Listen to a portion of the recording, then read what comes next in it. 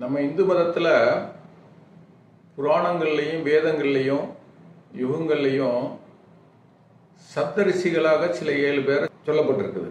அவர்களுடைய இயற்பெயர் என்ன அப்படின்னு பார்த்தோன்னா, தமிழ்நாட்டை சேர்ந்தவங்க 4 பேர், வட இந்தியாவை சேர்ந்தவர்கள் 3 பேர். இது ஒரு காலத்தில் இந்த தமிழகம் என்பது ஆசீவகம் பரவிய பகுதி தான் ஆசியமாக இருந்தது. இந்த ஆசியம் தான் இன்று ஆசியாவாக மாறி உள்ளது. அப்படின்னா ரஷ்யாவிலிருந்து மேற்காசிய நாடுகள், கிழக்காசிய நாடுகள் எல்லாம் சேர்ந்தது தான். ஆஸ்திரேலியா, நியூசிலாந்து வரைக்கும், Indonesia, Malaysia, Cambodia, Singapore, Taiwan, Japan, China எல்லாம் உள்ளடங்கியதான். இதெல்லாம் ஆசியம் பரவிய பகுதி ஆசியா ஆனது. இந்த ஆசிவகம் தான் ஆசியமாக மாறியது.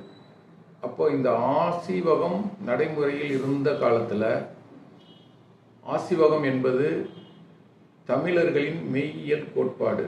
அதாவது இன்றைக்கு இருக்கக்கூடிய மதங்கள் அனைத்தும் உருவாகுவதற்கு முன்னதாக தமிழ் சித்தர்களால் இந்த இயற்கை நிகழ்வுகளை அறிவியலாக மட்டுமே பார்த்தார்கள். அறிவியல் படியே நடக்கின்றது அப்படின்னு பார்த்தாங்க. இந்த அறிவியல் மதம்தான் மெய்யியல் கோட்பாடு. அதுக்கு பேர் தான் ஆசிவகம். ஆசு ஈவு அகம் என்றால் மக்களுடைய பிரச்சனைக்கு உடனடியாக தீர்வு கிடைக்கும் இடம். ஆசி என்றால் பிரச்சனைக்கு தீர்வு கிடைக்கிற இடம். ஈவு என்றால் தீர்வு, விடை.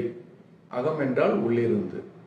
அப்போ மக்களுடைய பிரச்சனைகளுக்கு தீர்வு கிடைக்கக்கூடிய இடம்தான் இந்த ஆசிவகம்.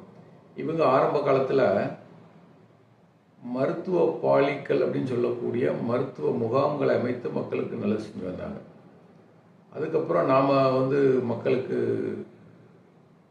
மருத்துவம் மட்டுமே பண்ணிகிட்டு இருந்தால் அவங்களுக்கும் கல்வியறிவு கொடுக்கணும் அப்படின்றதுனால ஆசிவக பாட பள்ளிகளை ஆரம்பித்தார்கள். இந்த மருத்துவ பாலி அப்படின்னு சொல்கிறது தான் இன்றைக்கு பாலி கிளினிக் அப்படின்னு வந்திருக்குது. இந்த பாட பாலிகள் தான் பின்னால் பாட பள்ளிகளாக மாறி தொழில்நுட்பங்களை கற்றுக் கொடுக்கும் பாலிடெக்னிக்கலாக இன்று வழங்கப்படுகிறது. அப்போ இந்த வகையான ஆசிவக தமிழ் சித்தர்கள் 7 பேர். அன்றைய காலகட்டத்தில் தமிழ்நாட்டில் இருந்தவங்க 4 பேர். இன்றைய தமிழகமாக இருக்கக்கூடிய இந்த காலகட்டத்தில் இந்த பகுதிகளில் இருந்த 4 பேர். அன்றைய ஆசிவகத்தில் இன்றைய வட இந்தியாவில் இருந்து 3 பேர். அவரை பற்றி பார்ப்போம். மர்க்கலி கோசாலர், இவர் தான் காசியப்ப முனிவர் அப்படின்னு சொல்லி பின்னால் பெயர் மாற்றப்பட்டுள்ளது.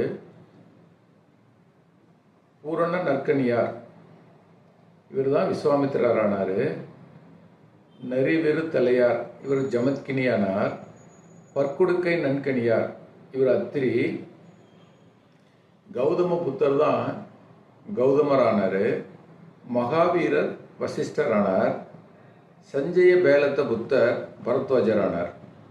இதில் மர்க்கலி கோசாலர் என்பது அவர் இந்த மெய்யியல் கோட்பாடை பூரணமாக நம்பியவர்.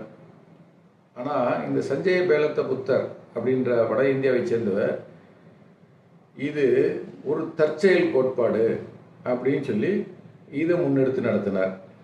இப்போ தமிழ் சித்தர்களுக்கு எதிராக தனக்கு ஆதரவான சில விஷயங்களை தன் மக்களை திசை திருப்பியவர் புத்தர்.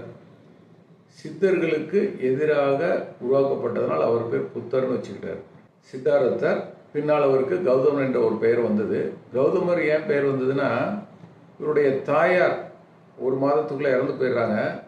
அப்போ இவரை பாதுகாக்கிறதுக்காக இவர் அரசலங்குமரன் இல்லையா, அரச வீட்டு வாரிசு. இவரை பாதுகாப்பதற்காக ஒரு வாடகை தாய் நிர்ணயிக்கப்படுகிறார். அவர் பேர் கௌதமி. இந்த கௌதமி பாசமாக வளர்த்தெடுத்ததால் கௌதம புத்தர் என்ற பின்னால் பெயர் வந்தது. இந்த புராணங்கள்லையும் இதிகாசங்கள்லையும் யுகங்களுக்கு தகுந்த மாதிரி இந்த காலகட்டங்கள் பெயர்கள் மாறும் அப்படின்னு சொல்லி விக்கிபீடியாலேயே போட்டிருக்காங்க.